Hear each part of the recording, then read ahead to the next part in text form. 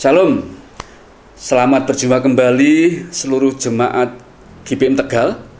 Saya percaya saudara semuanya tetap diberkati, disertai, dilindungi Tuhan, sehingga walaupun hari-hari ini kita tidak nyaman, tidak bisa beribadah dalam gedung gereja, namun saya percaya Tuhan tetap baik dalam hidup kita, amin.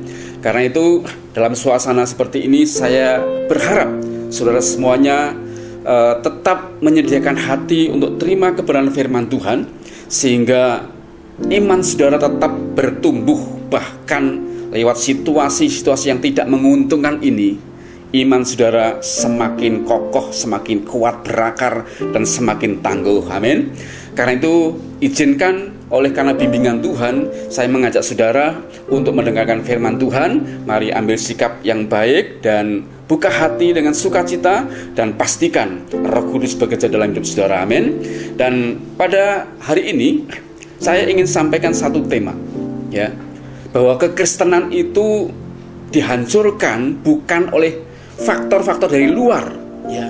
Itu faktor pendukung, tapi faktor pertama yang menghancurkan iman dan kekristenan kita adalah faktor dari dalam. Karena itu kita akan bahas hal ini sehingga kita akan menjadi pribadi yang waspada, ya.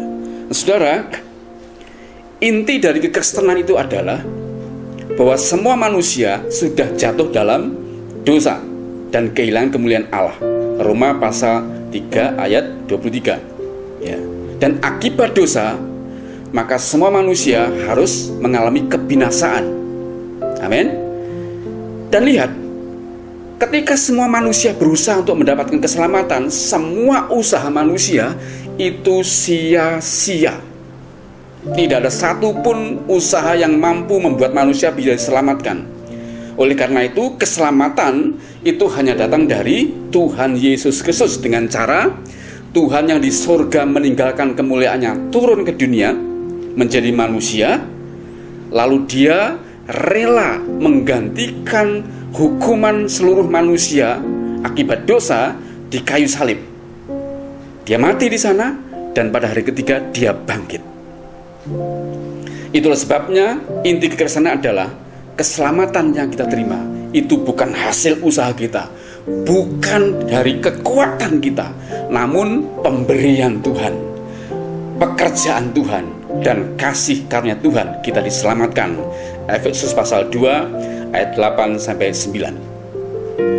Nah, sekarang kita perlu bertanya, ya, jadi apa yang kita lakukan kalau demikian? Jawabannya adalah di dalam Matius pasal 24-13. Tetapi orang yang bertahan sampai pada kesudahannya, ia akan selamat, ya. Itu artinya apa? Iman kita itu perlu dipertahankan sampai dua hal. Yang pertama, digenapilah seluruh tanda-tanda, ya, akhir zaman. Kita bertahan sampai kesudahannya. Namun yang kedua juga, batasnya adalah sampai kita kembali ke tangan Tuhan atau sampai kita meninggal. Itu batasnya, saudara. Jadi kita perlu untuk senantiasa bagaimana cara bertahan iman Kristen kita tidak hancur. Sekarang pertanyaannya adalah, apa sebenarnya yang membuat iman kekristenan kita itu dihancurkan? Ya. Saya akan menjawab, dan ini tidak perlu menjadi sebuah perdebatan teologi, tapi biarlah ini menjadi sebuah pencerahan, ya, bahwa sesungguhnya yang membuat orang Kristen itu hancur imannya dan kekristenannya adalah karena dirinya sendiri, karena keputusannya sendiri. Karena itu saya mengajak saudara untuk melihat dasarnya, yaitu dalam Kejadian pasal 3 ayat 1-6. Saya akan bacakan buat saudara semuanya. Adapun ular ialah yang paling cerdik dari segala binatang di darat yang dijadikan oleh Allah. Ular itu berkata kepada perempuan itu, Allah berfirman, semua pohon dalam taman ini jangan kamu makan buahnya, bukan? Lalu saut perempuan itu kepada ular itu, buah pohon-pohonan dalam taman ini boleh kami makan. Tetapi tentang buah pohon yang ada di tengah-tengah taman, Allah berfirman, jangan kamu makan ataupun raba buah itu, nanti kamu mati. Ayat 5. Tapi Allah mengetahui bahwa pada waktu kamu memakannya, matamu akan terbuka dan kamu akan menjadi seperti Allah, tahu tentang yang baik dan yang jahat. Perhatikan ayat ke-6. Perempuan itu melihat bahwa buah pohon itu baik untuk dimakan dan sedap kelihatannya. Lagi pula pohon itu menarik hatinya karena memberi pengertian. Lalu dia mengambil dari buahnya dan dimakannya dan diberikannya juga kepada suaminya yang bersama-sama dengan dia, dan suaminya pun memakannya. Saudara perhatikan, kalau melihat narasi ini, kita mendapatkan sebuah pencerahan. Ya, Hawa, Adam itu jatuh dalam dosa atau imannya gugur di Taman Eden. Itu karena dirinya sendiri, karena keputusan sendiri. Lihat coba, ya. Jadi kalau saudara mengatakan itu karena setan, betul, setan merupakan faktor penyebab. Tapi tetap orang jatuh dalam dosa, hancur imannya, itu karena dirinya sendiri, karena keputusan sendiri. Coba kita lihat saudara. Ketika Hawa itu ada di taman itu, setan itu hanya ngomong. Ingat, setan adalah malaikat, makhluk ciptaan Tuhan, ya. Dia adalah makhluk roh. Setan itu hanya ngomong kepada Hawa. Coba kamu lihat, ya. Bukankah Allah berkata bahwa kalau kamu makan ini kamu akan menjadi seperti Allah? Ya. Perempuan itu juga menjawab, dia berkata, semua buah-buahan di taman ini boleh kami makan, kecuali satu di tengah itu, ya, buah pengetahuan yang baik dan yang jahat. Sebab kalau kami makan, kami akan mati. Hawa tahu, Adam juga tahu, karena itu firman Tuhan datang kepada mereka, ya. Dan setan itu hanya ngomong. Ingat loh saudara, setan itu tidak begini, dia ambil buahnya, kemudian diberikan kepada Hawa, nih ini buah enak, kalau kamu makan kamu akan menjadi seperti Allah. Enggak, dia hanya ngomong, ya. Makanya kuncinya di ayat 6 dikatakan gini, ya. Lalu perempuan itu melihat, artinya pakai matanya sendiri melihat. Buah itu menarik hatinya. Jadi melihat dengan matanya sendiri, lalu hatinya mulai tertarik dengan buah itu, ya. Dan yang ketiga dia dikatakan begini, ya. Lalu perempuan itu mengambil. Dengan apa? Dengan tangannya sendiri. Tidak diambilkan setan. Perempuan itu mengambil buah itu, lalu memakannya, lalu juga memberikannya kepada suaminya yang bersama dengan dia, lalu suaminya juga makan bersama-sama. Jadi waktu setan itu goda, mengganggu, ya, mencobai, itu hanya kata-kata. Dia tidak bergerak secara fisik, mengambilkan buahnya, diberikan kepada Hawa, nih makan. Enggak, dia hanya ngomong saja. Makanya lihat, kejatuhan ini tetap ada di keputusan Hawa dan Adam. Memang dia terpengaruh, tapi tetap keputusan. Kalau dia berkata, enggak, Tuhan sudah ngomong, kalau kami itu mengambil, memakannya, kami akan mati. Bahkan meraba saja kami akan mati, ya. Itu artinya ini sebuah keputusan diri sendiri dari Hawa.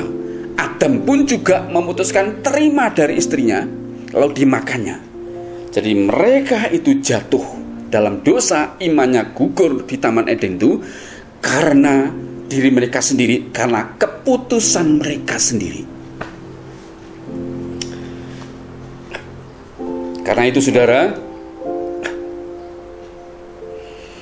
kita perlu belajar hal ini, karena banyak orang Kristen itu menyalahkan yang di luar dirinya sendiri. Memang setan itu menggoda, pekerjaannya mencobai, ya, selalu mencari kesempatan. Betul, orang lain juga bisa mencoba kita, ancamannya bisa. Tapi sesungguhnya semua terpulang kepada diri kita sendiri, keputusan kita sendiri. Nah, yang di dalam itulah yang menentukan, yang kita akan belajar pada saat ini. Maka contoh-contoh, ya, contoh. Kalau ada seorang perokok berat, ya, saudara perhatikan, kita harus percaya bahwa dia merokok itu karena keputusan sendiri. Tidak ada setan yang mengambilkan rokok atau membelikan ke toko, kemudian mengambilkan sebatang, dinyalakan, diberikan, nih rokok. Tidak mungkin. Atau juga teman-teman katakan kalau berkumpul dengan orang-orang rokok akan jadi berokok, betul, ya. Tapi selama hati kita punya ketetapan, pikiran kita punya ketetapan, ya, punya sebuah komitmen, maka tidak mungkin dia merokok. Tapi karena dia terima tawaran teman-temannya, situasi kondisi yang mengizinkan, dan dia memutuskan, oke, aku terima, jadilah dia perokok. Demikian juga pemabuk, tidak mungkin dia terima dari sodoran gelas dari setan, nih kamu minum, tidak mungkin. Dia sendiri putuskan untuk minum tiap hari, ya. Demikian juga seorang yang berdosa, yang misalnya membunuh, merampok, sebagainya, termasuk para pengusaha yang kebanyakan juga bangkrut karena ulah sendiri, ya. Coba perhatikan, apakah setan yang membuat para pengusaha itu bangkrut? Enggak. Setan tidak mungkin, ya, ngambil hutang di pinjaman di bank, ya, kemudian diberikan kepada pengusaha, nih kamu pakai. Bukan, ya. Setan bisa menggoda, bisa, betul. Setan bisa mencobai, mengarahkan, bisa, ya.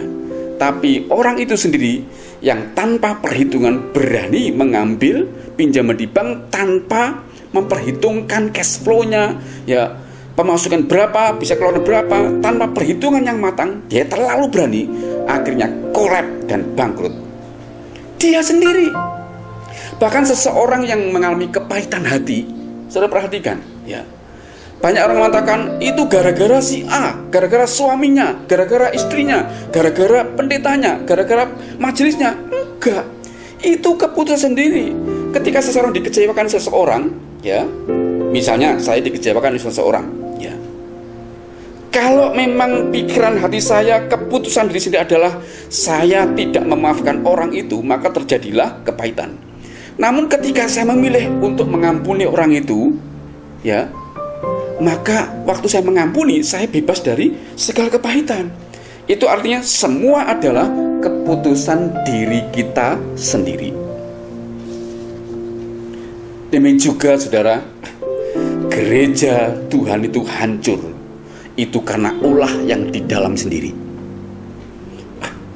Karena sejatinya saudara perhatikan, Alkitab itu mencatat, ya, tidak ada gereja itu. Dalam Alkitab itu ada yang namanya sinode, denominasi, aliran teologi, ya. Coba, itu semua tidak ada. Itu semua adalah ciptaan manusia sendiri. Makanya lihat, antar aliran teologi saling serang menyerang, ya. Pemimpinnya saling serang, mengklaim bahwa ajarannya, teologinya yang paling benar, sehingga geger. Di medsos juga kita lihat geger. Lihat saudara, ya. Ini semuanya karena ulah sendiri. Kita mungkin capek mendengar geger gereja satu lainnya, rebutan jemaat, ya, mengklaim ajaran yang paling benar, gereja itu sesat, gereja itu tidak ada urapan, tidak ada roh kudus, sebagainya. Mungkin kita capek saudara. Tapi apa mau dikata, itulah faktanya. Itu semua ulah kita sendiri. Maka perhatikan saudara, ini menarik. Ada seorang pemuka agama lain, ya, mungkin sudah mengenal dari perkataan saya ini. Dia pernah berkata begini, jangan pernah menghambat orang Kristen. Sebab kalau kekristenan itu dihambat, justru akan semakin merambat, semakin hebat. Kalau mau melihat Kristen hancur, ya, biarkan mereka rukun, biarkan mereka nyaman, biarkan mereka aman, biarkan. Ketika gereja Tuhan dalam kondisi zona aman, nyaman, tentram, ya, kemudian mereka hanya uplek-uplek di dalam, artinya hanya ngurusi dalam gereja, terus hanya membina persekutuan, hanya bagaimana mereka diberkati dalam. Lihat,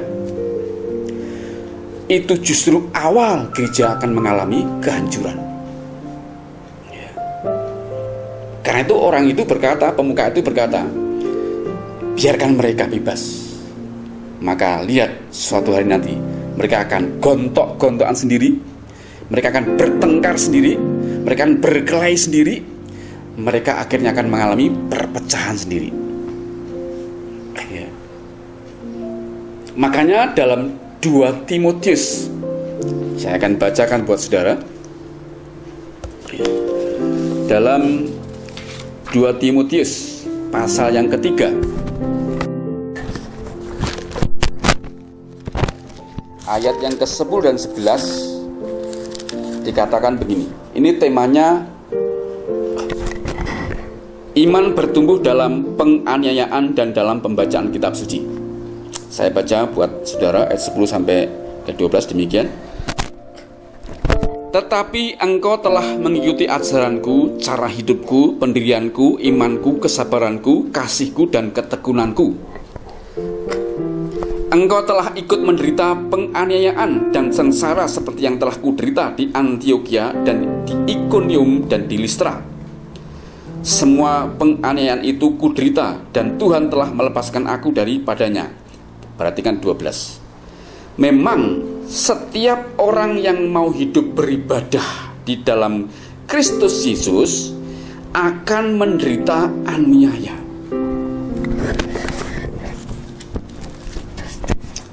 Itu artinya apa, saudara?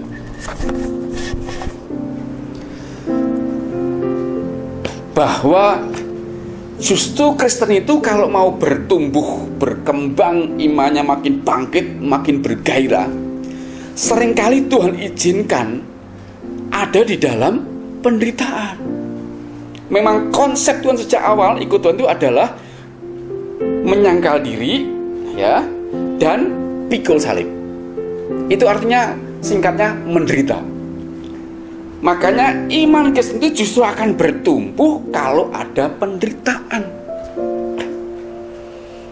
Sebab tanpa penderitaan, tanpa aniaya, tanpa situasi yang seperti itu, Kristen menjadi nyaman, aman, dalam zona aman dan nyaman inilah, maka justru seringkali banyak iman Kristen menjadi gugur karena geger karepe dhewe. Lihat saudara, ya. Pandemi COVID-19 ini telah begitu banyak mengajari kita semua manusia, termasuk orang Kristen, ya, untuk berbenah begitu banyak dalam banyak segi. Saudara sudah lihat di medsos-medsos, ya, betapa anggota Kongres Amerika di ruangan itu mereka berdoa bersama-sama. Ya, doanya mengutip banyak firman Tuhan dan dengan menangis mereka minta pengampunan Tuhan. Ini para anggota Kongres yang terhormat yang menentukan keputusan di Amerika bersama dengan pemerintah atau presiden. Ya, itu nangis karena situasi yang mencekam seperti ini. Bahkan anggota Senat juga keluar dari gedung, di luar gedung itu mereka sujud di tanah dengan pakai dasi, pakai jas masih lengkap, mereka nangis di situ minta pengampunan Tuhan. Di Italia juga terjadi, mereka keluar rumah, mereka menyembah muji Tuhan karena kondisi pandemi ini. Ya, di beberapa negara coba saudara lihat, ya, mereka beribadah bersama-sama di jendelanya sendiri-sendiri, di teras rumah, di jendela, ya, di depan rumah, itu semua terpisah antara rumah satu lainnya. Tapi mereka bersama-sama bisa menaikkan pujian, mereka menaikkan penyembahan, mereka berdoa bersama-sama. Bahkan sudah lihat kan, di pinggir-pinggir jalan di beberapa negara itu, mereka berlutut, ya, masing-masing berlutut, ada yang tersungkur di tanah, ya, dengan jarak yang teratur. Mereka semuanya mencari Tuhan. Kenapa? Karena pandemi ini. Coba kalau tidak ada pandemi, saudara, semua orang merasa nyaman, Kristen itu enak, diberkati, disertai. Tapi iman mereka keropos, gampang hancur. Hari ini, saudara, COVID-19 sudah memporak-porandakan kekristenan. Dan justru situasi ini membuat kekristenan dibangkitkan dari keterpurukan karena kenyamanan. Sudah perhatikan itu, ya. Karena itu tentu kita harus bertanya, Pak, kalau begitu, jika iman kita atau kekristenan kita itu dihancurkan dari dalam, apa solusinya? Saya akan bacakan buat saudara satu ayat yang konteksnya tentang akhir zaman. Ini memberikan sebuah dorongan kepada kita untuk melakukannya agar iman kita tidak gugur. Dalam Yudas 1 ayat yang ke-20, saya akan bacakan buat saudara. Firman Tuhan berkata demikian, ya, saudara perhatikan. 1 ayat 20, ini konteksnya tentang menjelang akhir zaman. Akan tetapi kamu, saudara-saudaraku yang kekasih, bangunlah dirimu sendiri di atas dasar imanmu yang paling suci, dan berdoalah dalam Roh Kudus. Sudah perhatikan satu ayat yang luar biasa ini, ya.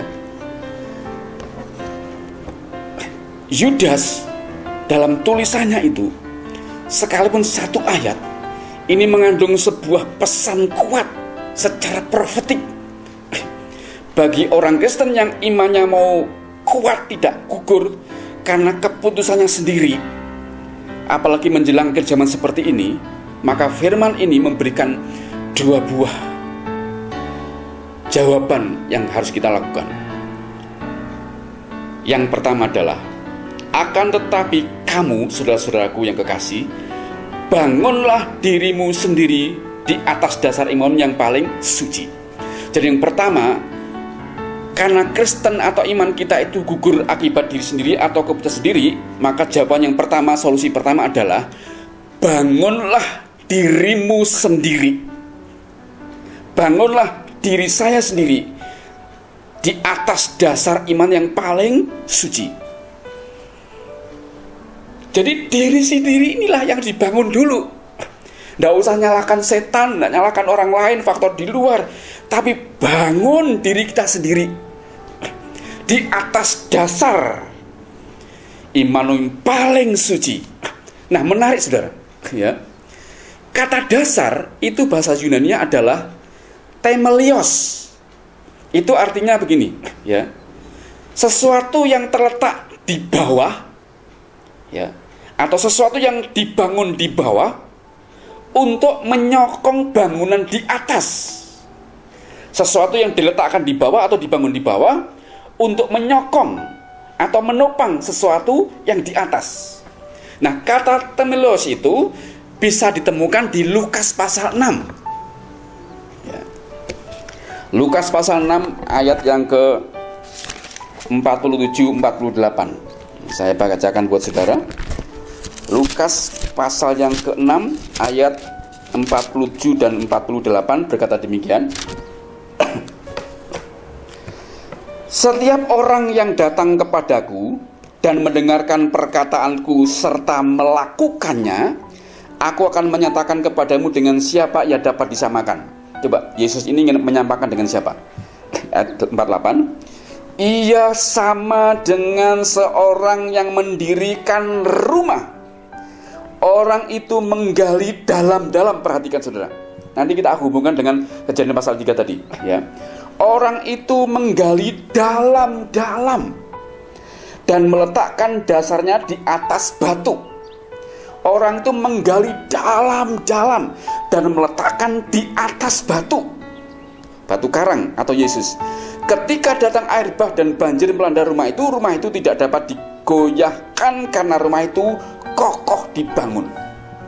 Ya, ini menarik karena kata-kata orang itu menggali dalam-dalam dan meletakkan dasarnya di atas batu. Ya, saudara perhatikan, kenapa Hawa Adam itu jatuh atau gugur imannya, hancur imannya di Taman Eden? Ini penyebabnya, saudara. Allah itu tidak menyesal ketika dia memberikan free will, kehendak bebas. Allah juga tahu resikonya nanti akan jatuh sebagai Tuhan tahu. Namun Tuhan berikan free will, tujuannya adalah agar manusia ciptaannya itu dengan pilihannya sendiri, keputusannya sendiri, kalau mau mengabdi kepada Tuhan, maka dia akan mengabdi seutuhnya 100%. Namun kalau dia jatuh juga karena keputusan sendiri, itu adalah akibat ulahnya sendiri. Tuhan tidak pernah menyesal hal ini, saudara. Ya. Adam Hawa itu jatuh karena perkara firman.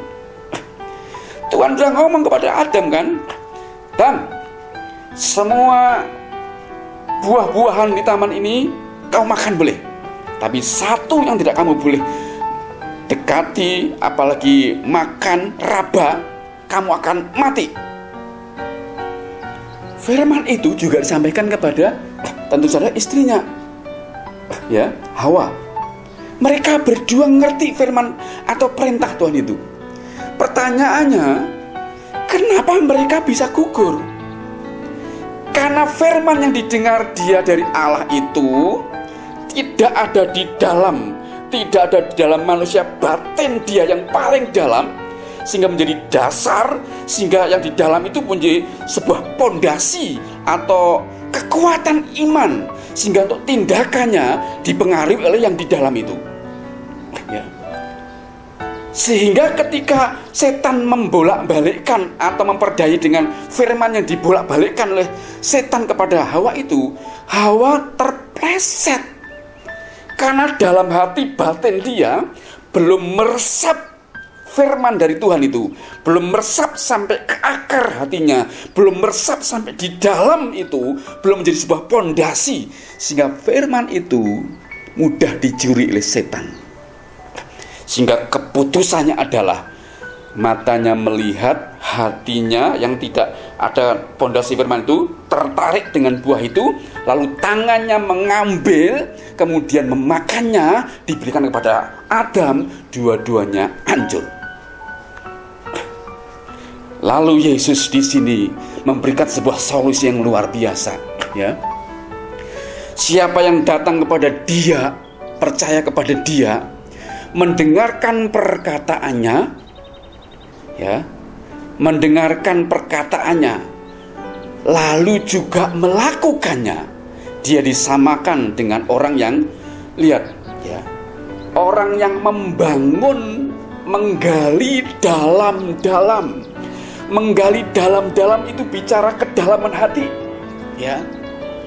Menggali dalam-dalam, meletakkan firman di dalam hati yang paling dalam, diresapi, direnungkan, sehingga di kedalaman hati itu firman itu punya kekuatan, punya kuasa, menjadi pondasi, menjadi dasar yang teguh, sehingga ketika ada godaan di luar, pondasi tidak bisa digoyahkan. Keputusannya adalah keputusan firman Tuhan, sehingga tidak jatuh.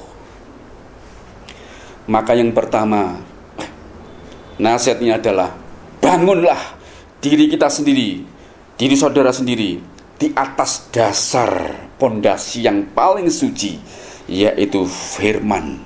Bukan sekedar pengetahuan, tapi firman yang meresap, yang kita gali dalam-dalam, yang meresap sampai manusia batin kita, ada di kedalaman hati kita. Itulah akan menjadi kekuatan, sehingga yang kita lihat, kita lakukan, itu adalah firman Tuhan. keputusan bersama dengan firman Tuhan. Dan ini kesempatan buat kita semua yang ada di rumah. Situasi ini diizinkan kita punya banyak waktu di rumah, bukan untuk nongkrong di TV. Boleh, saya juga nonton TV, ya. Tapi tidak boleh berjam-jam habis di TV, ya. Tidak habis main game, tidak habis ngerumpi karena kita bisa telepon seseorang, pakai video call juga, nggak habis di situ. Tapi Tuhan izinkan situasi ini untuk membuat kita menggali dalam-dalam kebenaran firman Tuhan setiap hari sampai itu meresap ke kedalaman menjadi sebuah pondasi iman yang kuat. Itulah maksud Tuhan diizinkan kita hari ini banyak waktu di rumah kita masing-masing. Yang kedua, yang terakhir dikatakan dan berdoalah dalam Roh Kudus. Artinya apa? Roma pasal 8:26 dikatakan sesungguhnya kita tidak dapat berdoa, ya.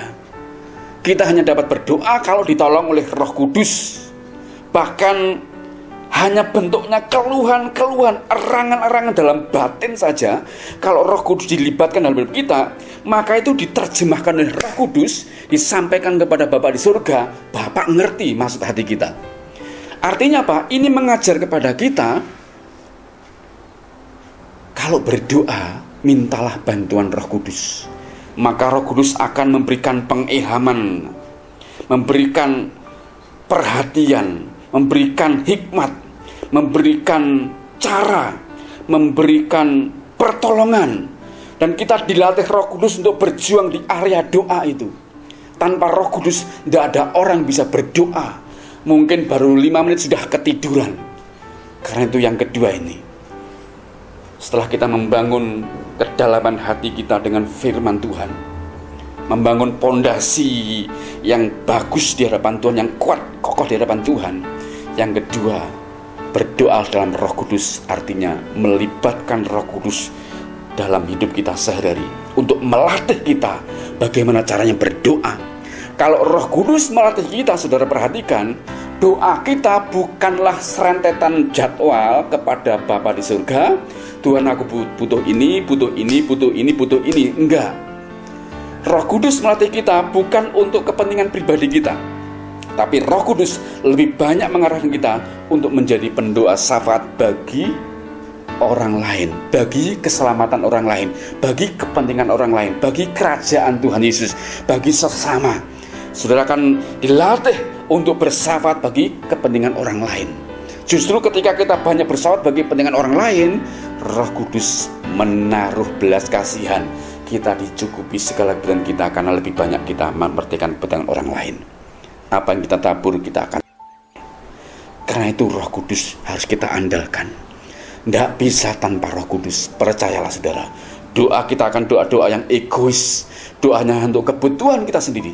Tapi ketika Roh Kudus kita mintai tolong tiap hari, Roh Kudus menolong kita untuk membawa kita menjadi pendoa-pendoa syafaat bagi kepentingan kerajaannya. Dua hal ini saudara yang membuat kita menjadi pribadi yang tidak hancur dari dalam iman kita dan tidak menghancurkan kekristenan kita. Karena itu saudara kasih dalam Tuhan, lewat situasi ini saya mengajak jemaat yang dikasihi Tuhan, waktu yang ada hari ini, situasi yang ada hari ini bukanlah sebuah kebetulan, tapi ini merupakan tangan Tuhan melatih setiap gerejanya, kita semuanya untuk memiliki iman yang teguh, sehingga iman kita tidak dihancurkan karena ulah keputusan kita sendiri, namun iman kita dibangun di atas dasar yang paling suci. Dan kita juga dilatih menjadi pribadi yang suka berdoa syafaat karena kita mengadakan Roh Kudus yang sudah tinggal menyertai kita semuanya. Itulah pesan saya kepada saudara menghadapi situasi-situasi yang sulit seperti ini. Kiranya setiap saudara mendengar dengan rendah hati dan dengan sukacita, mau merenungkannya dan mau meresapkannya sampai ke tingkat manusia batin, di kedalaman roh saudara, kedalaman hati saudara. Dan saudara, seperti kata Yesus, saya dan saudara menjadi pribadi yang membangun iman kita di atas dasar batu karang yang teguh, Yesus Kristus. Ketika badai, banjir, tofan datang melanda, iman rohani kita, rumah rohani kita tetap kokoh berdiri. Amin untuk firman Tuhan. Mari kita berdoa lebih dahulu. Bapa yang baik, Tuhan kami Yesus, kiranya setiap firman yang kami dengar tidak menjadi sebuah pengetahuan, berita khotbah, namun karena pribadi Roh Kudus yang tinggal dalam hidup kami akan menolong kami untuk mencerna setiap firman sudah kami dengar, untuk memasukkannya, meresapkannya ke dalam manusia batin kami yang paling dalam, sehingga Tuhan mulai melatih kami untuk menggali dalam-dalam, membuat pondasi iman kami sungguh-sungguh kokoh, dibangun di atas dasar batu karang yang teguh, yaitu Yesus Kristus dan firman-Nya. Dan kami juga dilatih oleh pribadi Roh Kudus untuk senantiasa berdoa syafaat, sehingga hidup kami ini menjadi pribadi yang kokoh teguh berdiri, sehingga apapun tidak mampu menggoncangkan kami. Kami naikkan syukur Tuhan. Kami berdoa buat umat-Mu Tuhan, khususnya di GBM Tegal. Mari berkatilah setiap umat-Mu dimanapun mereka berada di rumah masing-masing. Biarlah mereka memanfaatkan waktu dengan baik. Mereka tidak terlena dengan televisi, dengan game, dengan obrolan yang tidak berguna, dengan pertemuan-pertemuan yang tidak berguna, tapi semuanya dimanfaatkan dengan baik, karena hidup ini adalah sebuah kesempatan. Ini kesempatan yang baik buat setiap umat-Mu untuk membangun iman mereka di atas dasar yang paling suci, untuk buat mereka dilatih Roh Kudus menjadi pendoa-pendoa syafaat bagi kerajaan-Mu Tuhan, sehingga iman mereka di akhir zaman ini menjadi pribadi yang kokoh, teguh berdiri dan bertahan sampai kesudahnya, sehingga selamat semuanya Tuhan. Terima kasih Bapa, terpujilah Engkau memberikan penghiburan kepada yang mengalami kesedihan, Engkau menguatkan iman yang lemah, dan Engkau memberikan pemeliharaan, penyediaan kebutuhan kepada setiap umat-Mu, sehingga setiap umat-Mu tidak mengalami kekurangan satupun Tuhan, karena Engkau adalah gembala kami yang baik dan bijaksana. Terima kasih. Di dalam dan demi nama Tuhan Yesus Kristus kami sudah naikkan doa dan mengucap syukur. Haleluya. Amin. Kiranya oleh anugerah Tuhan, saudara menjadi pribadi-pribadi yang tidak hanya mendengar, tapi mau merenungkannya dan melakukannya, sehingga saudara menjadi pribadi yang luar biasa di hadapan Tuhan. Sampai jumpa minggu depan. Tuhan berkahi dan shalom.